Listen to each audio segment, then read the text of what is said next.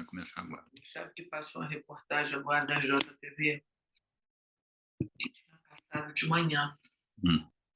Ouviu muita gente. Eles estão ouvindo o que você está falando.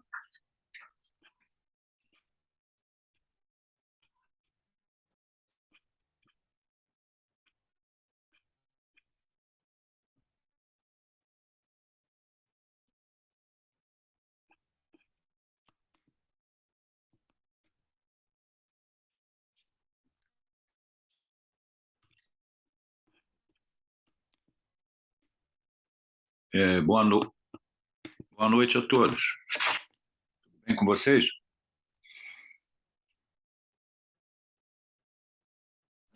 Boa noite, professor. Tudo tranquilo. Cadê o pessoal? Está entrando, né? Estão entrando. Acho que estão entrando, aham. Ok.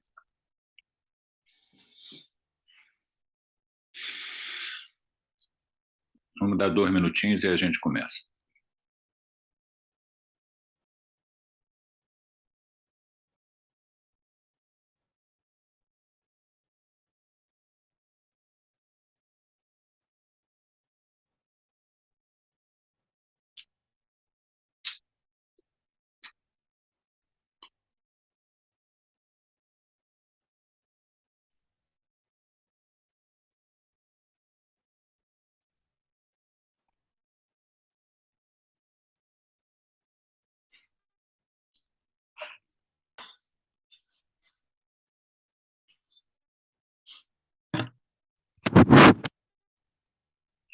Bom, vamos lá.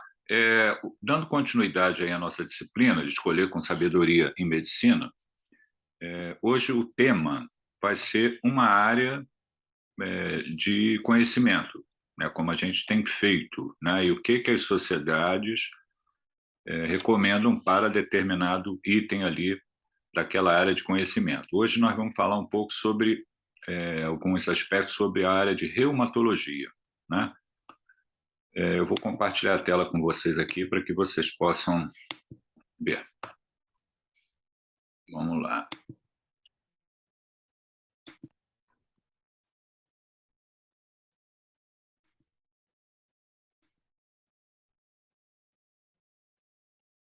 Estão vendo o slide?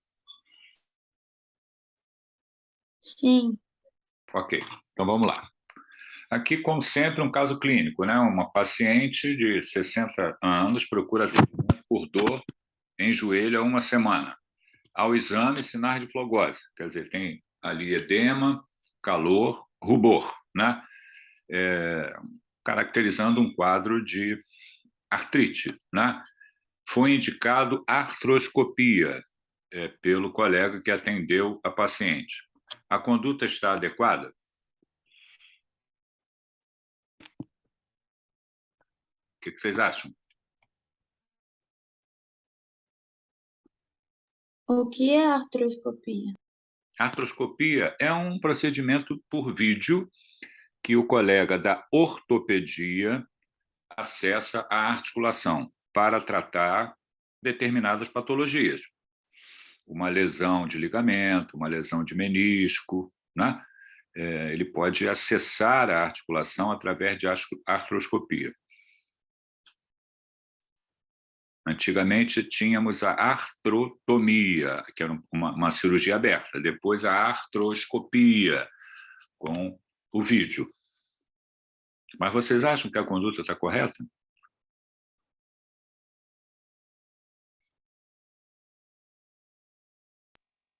Acho que não. Não, né? Vamos ver o que fala diante disso, né? Atender um doente com artrite de joelho e indicar artroscopia. Deixa eu compartilhar a tela aqui com vocês. Vamos ver aqui, peraí, só um minutinho.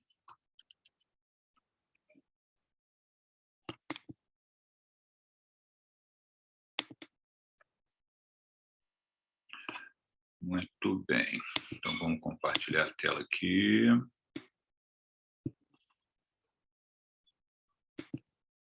Compartilhar o que a sociedade fala, né? O que a sociedade recomenda. Ah lá. aqui a gente tem a Sociedade Australiana de Reumatologia. Não faça artroscopia com lavagem e ou debridamento, né, o desbridamento, ou parcial, ou meniscectomia parcial em pacientes com osteoartrite sintomática do joelho ou degeneração meniscal. Quer dizer, ele está dizendo para não fazer isso, né? Aqui é um artigo que fala sobre isso, cirurgia versus terapia conservadora para uma lesão que cause lesão de menisco ou osteoartrite. E lá, como conclusão do trabalho, mostrando que não há diferença significativa entre as duas opções, né? A cirurgia ou a terapia conservadora. Olha aqui o que a sociedade coloca, né? Existe evidência consistente para indicar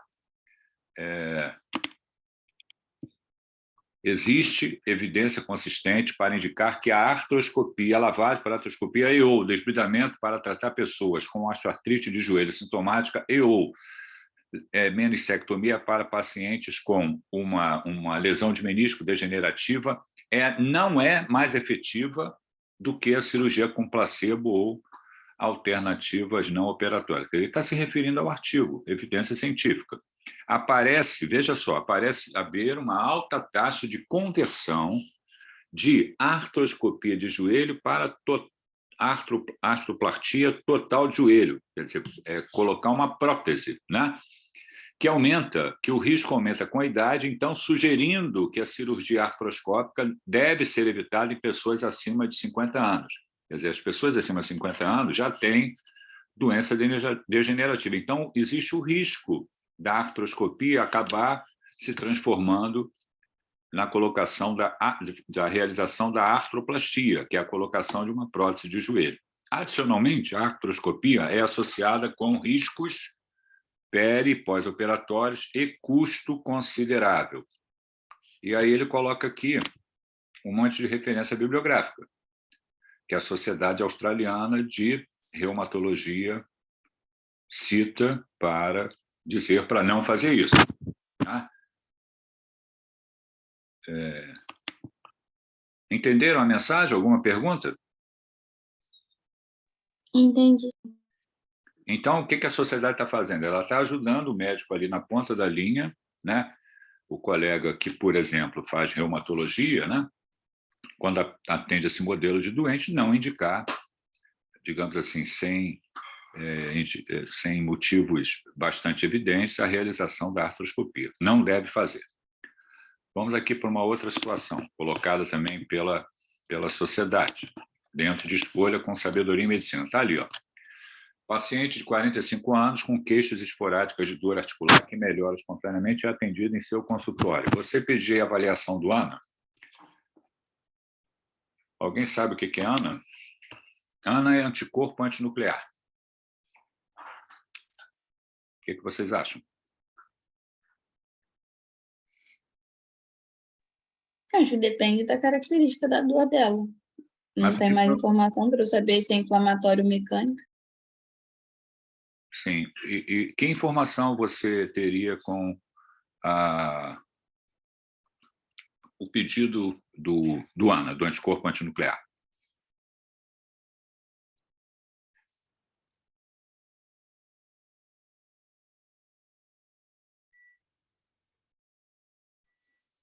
Ficou na dúvida? Sim. Vamos esclarecer, então. Vamos lá, olha aqui, só para a gente aprender junto. O que a sociedade fala? Vamos lá. Aqui, quando a gente faz um teste diagnóstico, vocês aprendem isso na faculdade, né? Avaliação da eficácia de um teste, ou efetividade de um teste, né? A gente usa, quando faz um teste diagnóstico, muitas vezes, esses critérios: sensibilidade, especificidade, valor preditivo de um teste para a presença de doença, né? Aqui um teste positivo, aqui um teste negativo, e como é que é feito o cálculo ali da sensibilidade, especificidade, valor preditivo positivo, valor preditivo negativo. Quer dizer, para todo teste diagnóstico que a gente faz, existe esse raciocínio. O ideal é que seja um teste bastante sensível e muito específico. Se ele for muito sensível e pouco específico, é problema, porque eu posso ter doente onde o teste está positivo e não necessariamente ele é portador daquela doença. Existem outras possibilidades ali para o teste estar positivo. Então, o que acontece com a avaliação do anticorpo antinuclear? Aqui padrões que podem ser obtidos a pesquisa do anticorpo antinuclear. Tem padrão homogêneo, padrão especulado, padrão centrômero, como está colocado ali, né? Então, isso, quando a gente pede a pesquisa do anticorpo antinuclear, podemos encontrar alguns padrões, né? Aqui é um texto que fala da significância do título do anticorpo antinuclear. É interessante, ele fala que existe uma alta prevalência de baixos títulos de anticorpo antinuclear na população normal. Então, a população normal, ou seja, que não tem nenhuma doença autoimune, por exemplo, como lúpus eritematoso sistêmico, uma pessoa normal pode ter um título positivo de anticorpo antinuclear. Então, o que ele recomenda aqui, que deve ser feito a avaliação do título, né? E só valorizar acima de 1/40. A pessoa pode ter o teste positivo com um título mais baixo. Isso pode estar presente em até 30%, como está escrito ali, da população normal. E aí isso seria um resultado falso positivo. Então, o método ele tem uma sensibilidade alta e uma baixa especificidade. Ele está positivo em uma série de pessoas normais, que não têm doença nenhuma, na população normal. Aqui é a relação de dados clínicos com doenças reumáticas, doenças autoimunes, como artrite reumatoide ou lúpus eritematoso sistêmico. Então, são critérios, são dados clínicos que podem estar presentes em uma ou outra doença. Aqui, dados que sugerem a possibilidade de lúpus eritematoso sistêmico. Aqui, dados laboratoriais, de acordo com característica de uma doença ou outra. Aqui, critérios para definição de lúpus eritematoso sistêmicos. Como é que a gente define isso? Isso os colegas que fazem reumatologia, pode ser que algum de vocês queiram fazer, tudo bem, tem que preencher critério para o diagnóstico de lúpus ser feito, incluindo a avaliação de testes laboratoriais, né? Aqui, classificação.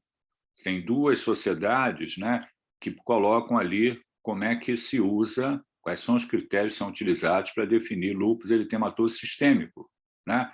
Aqui, lúpus provável, lúpus possível, doenças associadas com anticorpo antinuclear positivo. Olha lá, várias doenças, né?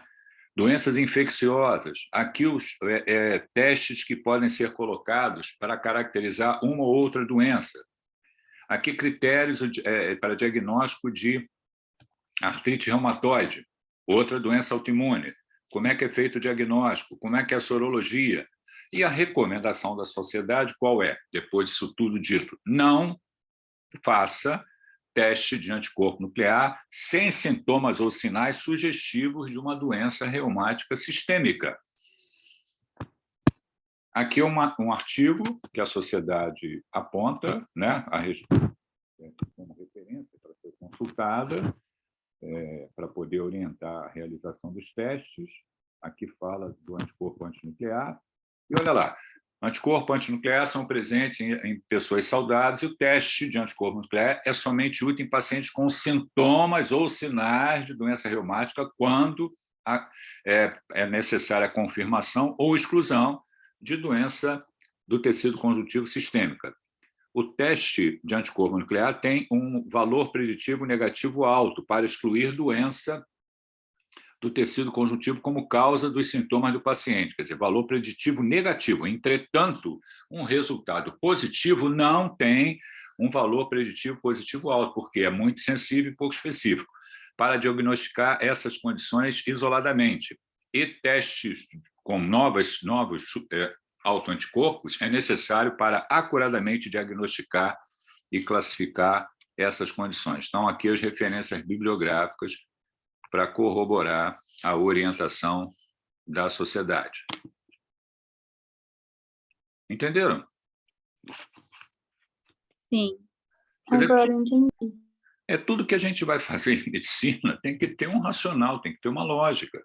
E o que como a gente está falando de escolher com sabedoria em medicina, o que as sociedades fizeram? Aqueles temas assim que são mais importantes ou prevalentes, ou que os especialistas necessitam de ter uma posição da sociedade, a sociedade se reuniu e colocou essas recomendações dentro da campanha de escolher com sabedoria em medicina. Vamos ver mais uma. Caso clínico. Paciente, 55 anos, atendido com queixa de dor lombar. Segundo episódio é lombar. Restante, nada digno de nota. Você pediria exame de imagem? Sim. Tem qual exame, Estela? É o segundo episódio do... Depende. Depende de quê? De quem é o paciente. Se... Tá, tudo bem. Não tem mais nada digno de nota, né? Mas eu acho que... Sei lá, acho que tem pouca informação para saber se eu pediria uma... Assim, no início pode ser um raio-x, mas dependendo do que eu tiver como hipótese, se tiver alguma coisa que me favoreça mais, eu posso pedir uma ressonância direta. Entendi. Então, você está raciocinando para pedir o exame, né? Pode ser uma radiologia, pode ser tomografia, pode ser ressonância, né? Está incluído ali dentro dos exames de imagem. É isso? Você falou um pouco para pedir raio-x, falou um pouquinho para pedir ressonância. Alguém mais quer participar? Dá a sua opinião? Vocês vão atender, se forem trabalhar em ambulatório de clínica médica, trabalhar em pronto-socorro, né? Vão atender N pessoas com dor lombar. É uma queixa muito comum do paciente para procurar o médico. Então, vamos lá, vamos ver o que a sociedade recomendou, né? Vamos ver aqui. O que ela recomenda. Aqui, ó. Esse é um artigo colocado ali pela sociedade, consequências iatrogênicas de uma imagem de ressonância magnética inicial em dor lombar aguda associada ao trabalho. Olha o título da publicação, mostrando aqui o estudo, né? O desenho, o abstract do estudo, né? Mostrando o objetivo, métodos, resultado, conclusão do trabalho. Está aqui, ó. Esse trabalho foi publicado em 2013, né? Conclusão. Fazer, né, ressonância nuclear magnética sem indicação tem um efeito iatrogênico forte em dor lombar aguda, a despeito do status da radiculopatia. Provedores, né, e pacientes, quer dizer, pessoas que atendem pacientes, devem ter um pouco de cuidado quando, um pouco mais de atenção, quando a ressonância nuclear magnética é não indicada. Isso não traz benefício e, pior, desfechos são prováveis. Olha lá o que a sociedade fala. Não faça exame de imagem para dor lombar em pacientes sem indicação de uma condição de base séria. Olha lá, a maioria dos episódios de dor lombar, mais de 90%, não requer exame de imagem. A imagem pode identificar sinais incidentais irrelevantes e aumentar o risco de exposição a desnecessário, algumas vezes tratamento invasivo, em adição para aumentar o custo. Lembra, a gente está falando de escolher com sabedoria em medicina, é levado em consideração o risco imposto ao paciente, o custo imposto ao sistema e ao paciente, né, a duplicidade do exame e a evidência científica. Para pacientes com dor lombar e nenhuma sugestão de uma doença de base séria, não há diferença significante na dor ou desfechos em relação a limitações entre imagem imediata quando comparado com cuidados usuais sem imagem. E há referências bibliográficas aqui. Então, a resposta à pergunta é que não há necessidade de fazer exame de imagem. Você pode tratar de maneira conservadora. Entendeu?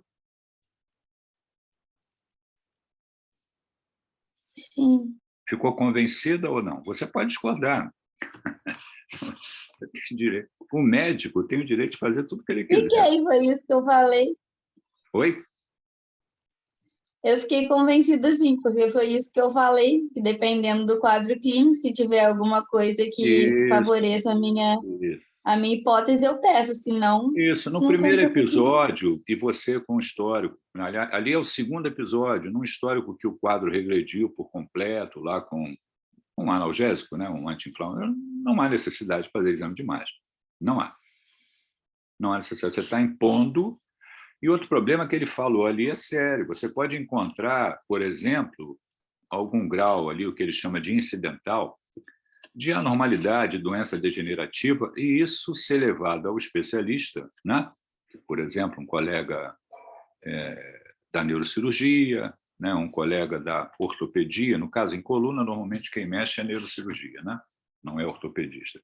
E ele indicar cirurgia. E algumas vezes sem, lógico, com todo o cuidado que a gente deve falar, né? Em respeito à ética, né? Mas algumas vezes sem uma necessidade absoluta, né? Por isso que é importante até uma segunda opinião, né? De um outro colega especialista para ver se aquilo realmente é verdade ou não. Mas o que a sociedade está falando é o seguinte: no primeiro momento não precisa fazer exame de imagem. Você está impondo, inclusive, esse risco de achar alguma coisa pequena e ser levado para um especialista e daqui a pouco está se mandando operar um doente sem necessidade. É isso que a mensagem que ele está dando é essa aí. Até porque a maioria das dores, elas regridem em um intervalo de tempo com tratamento conservador, né? Sem a necessidade do exame de imagem. Está entendido?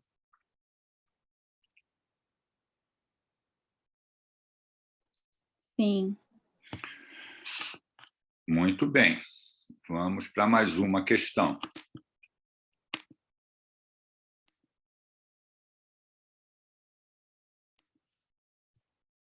Olha lá, 50 anos, atendido com bursite. Você indica punção com injeção de corticoide, ali para melhorar a dor do paciente. E diz que o procedimento não pode ser feito por você porque você não tem ultrassom. Que você, para fazer a injeção no local correto, você precisa do uso de ultrassom, e como você não tem ultrassom, você não faz a aplicação do corticoide. A conduta está adequada? O que vocês acham?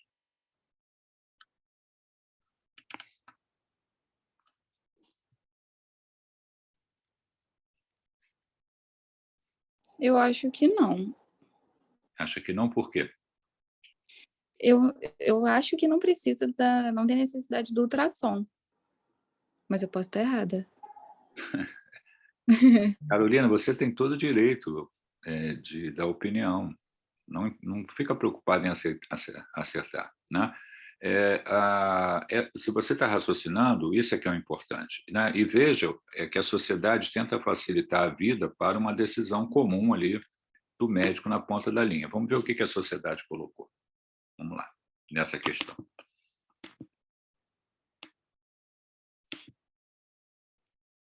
Aqui é um artigo que fala sobre isso.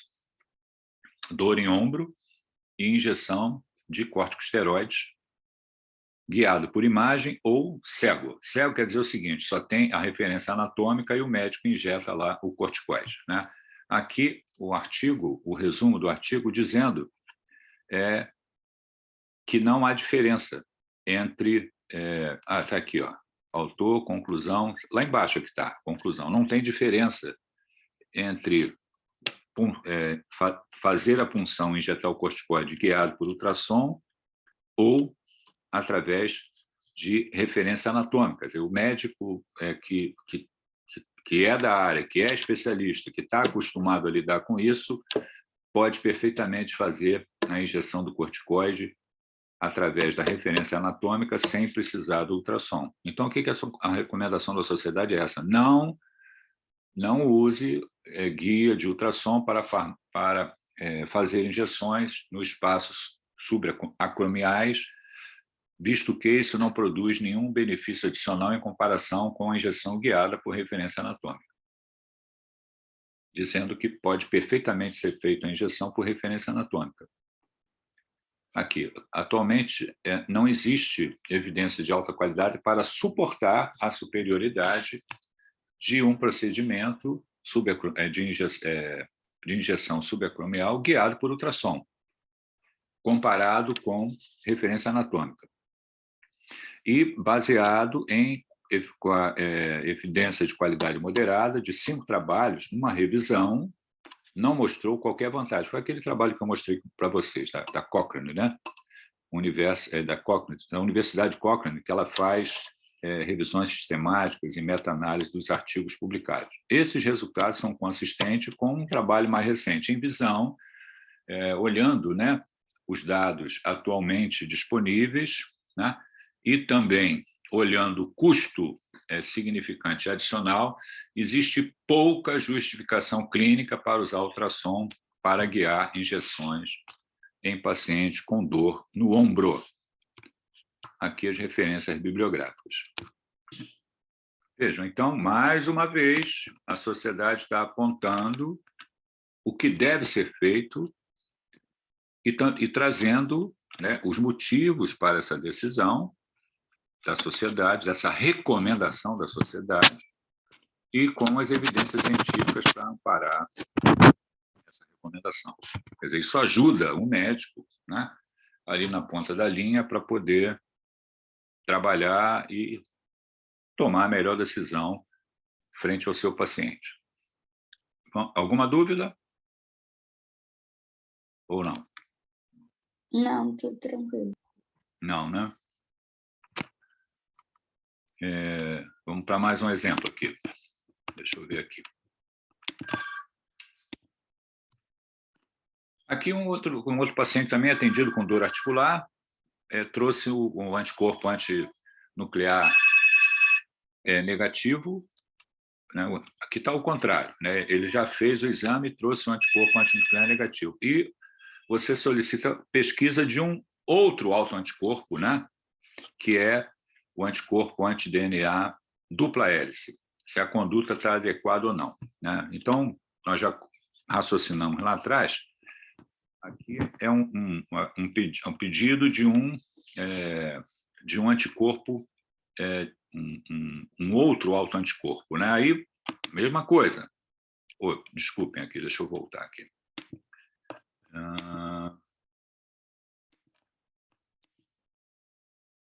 Aqui, quais são os anticorpos anti-DNA, né? O que é o anticorpo anti-DNA dupla hélice, né? O quanto ele é sensível e específico para fazer diagnóstico de lúpus eritematoso sistêmico, né? Aqui aquele artigo que fala do pedido de anticorpo antinucleares, né?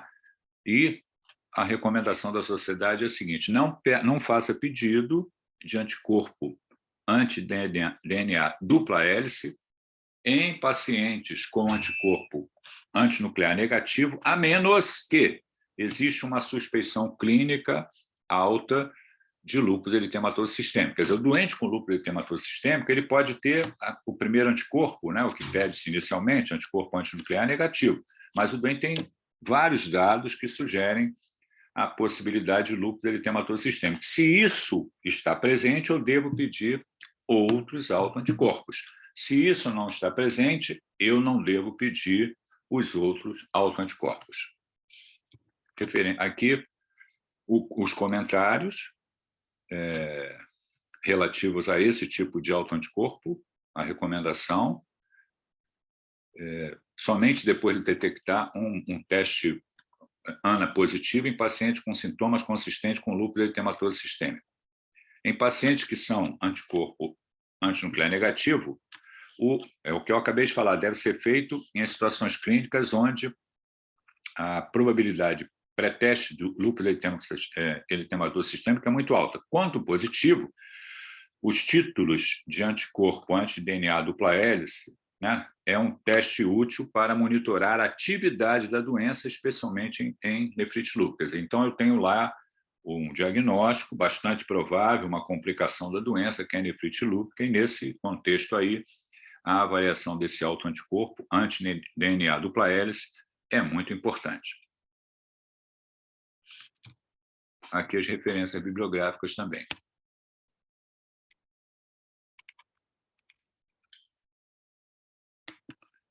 Vejam, são vários exemplos dentro da área de reumatologia que a sociedade traz informações para que o médico possa decidir o que vai fazer, ajudando ele ali na ponta da linha, né?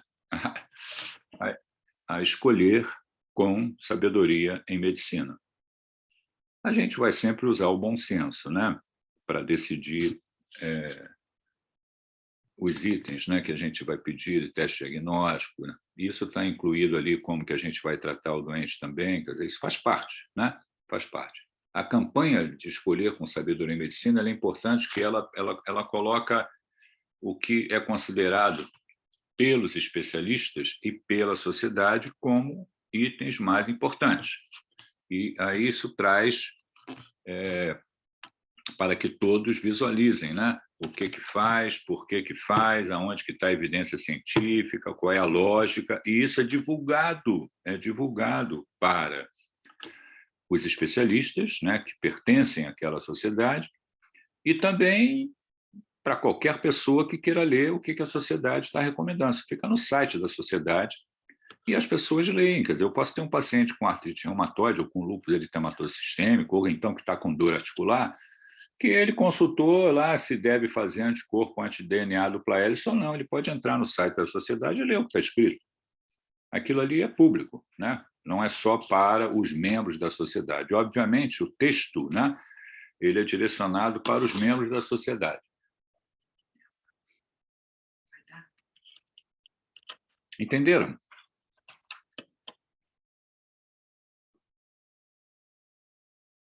Entendemos. E olha, quem está falando para vocês é um clínico intensivista. Eu não tenho nada a ver com a reumatologia. Isso não significa que eu não tenha visto durante a minha vida casos de doença reumática, né?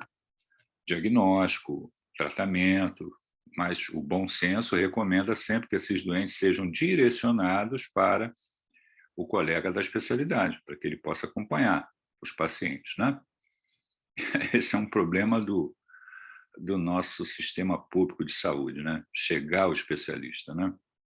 A pessoa vai no médico, aí é atendido ali na clínica da família, aí o médico da clínica da família diz que precisa ter uma consulta com um reumatologista. Vai levar 6 meses para ser atendido por um reumatologista. Entra lá no sistema, a regulação, até que a consulta com o reumatologista chegue. Então, é complicado, né? Então, o médico ali que está na ponta da linha não pode deixar um doente 6 meses esperando a consulta com o especialista, né? Senão é uma postura muito cômoda, né? Está com dor articular, em várias articulações ali, progressiva, acumulativa, um caso sugestivo, por exemplo, de artrite reumatoide, né? E aí o que eu faço? Eu só tomo esse remédio aqui por 5 dias e aguardo a consulta com o colega da reumatologia. O doente vai levar 6 meses para ser atendido pelo reumatologista. Então, quem está atendendo o doente ali no setor público tem que ter essa compreensão, né? Que o doente não vai chegar com facilidade ao reumatologista. Quanto mais ele puder fazer, né? Como clínico, bom clínico, né? Ali dentro dos seus conhecimentos e limites, ele vai ajudar aquele doente. Senão o doente fica solto, ele vai sair dali, daqui a uma semana está procurando outro médico. Ou então, pior ainda, o médico manda tomar lá um anti-inflamatório não esteroide para passar a dor, ele vai tomar aquilo enquanto estiver esperando lá a consulta com o reumatologista e vai ter lá os efeitos adversos relacionados ao uso prolongado de anti-inflamatório não esteroide. Ou então o médico prescreve em algum momento corticosteroides e o doente vai continuar tomando corticoide até a consulta lá, porque alivia a dor, né? Com o colega da reumatologia, com todos os efeitos adversos por conta do uso prolongado, sem acompanhamento médico de um corticosteroide. Quer dizer, o doente, no meio desse processo todo, ele não tem culpa nenhuma, né? É o sistema que não funciona, né? De maneira a atendê-lo de forma decente, né? A gente tem muito médico. Professor, Pode falar. desculpa cortar, um outro problema que eu vejo muito acontecer, dentro disso que você falou agora, que às vezes o paciente consegue ir até a consulta, 6 meses depois conseguiu ir. Aí quando ele chega nessa consulta, infelizmente aquele médico às vezes não tem tanta boa vontade para atender o paciente, vai lá, corre o olho nele, prescreve algum medicamento ou pede exames e pede para ele voltar depois. Então são mais 3, 4 meses para conseguir ver os exames desse paciente. É horrível isso, Reinaldo. É horrível. Vocês que estão estudando, daqui a pouco vocês estão dentro do sistema, né? O sistema ele tem que ser melhor construído para que o doente que precise do especialista ele tenha acesso ao especialista. Porque a política atual é formar médico generalista. Não está errado, está certo. Formar médicos que possam participar ali do programa da saúde da família. Não está errado, está certo. Mas vocês vão ver uma porção de doentes que precisa da assistência do colega da especialidade. E aí o sistema trava. Aí o sistema trava, porque não tem esse tipo de especialista disponível com facilidade no sistema público. E o doente fica esperando ali com a doença dele andando, né? A doença dele andando. Está errado, isso está errado. Quem sabe vocês resolvem, né? Vocês que são jovens, por favor, pensem, né? A gente tem que pensar sempre assim, em primeiro lugar, o doente. O que eu posso fazer para melhorar a vida do doente? O médico existe para isso, né? Para atender o paciente, né? Senão não precisava de médico. E tudo que a gente vai fazer está relacionado a fazer diagnóstico, a atender o doente direito, né?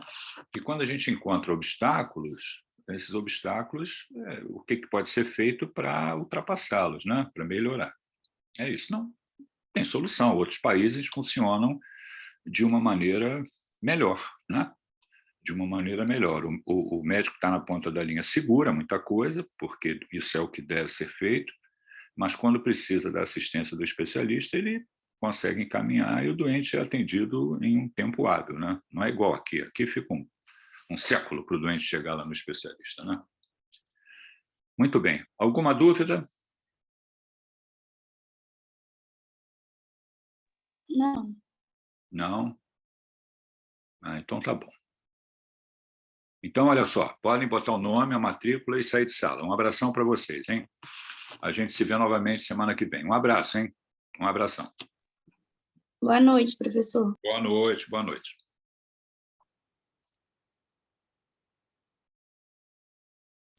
Tchau, professor. Boa noite. Boa noite, boa noite. Boa noite, professor. Obrigado. Boa noite, um abraço.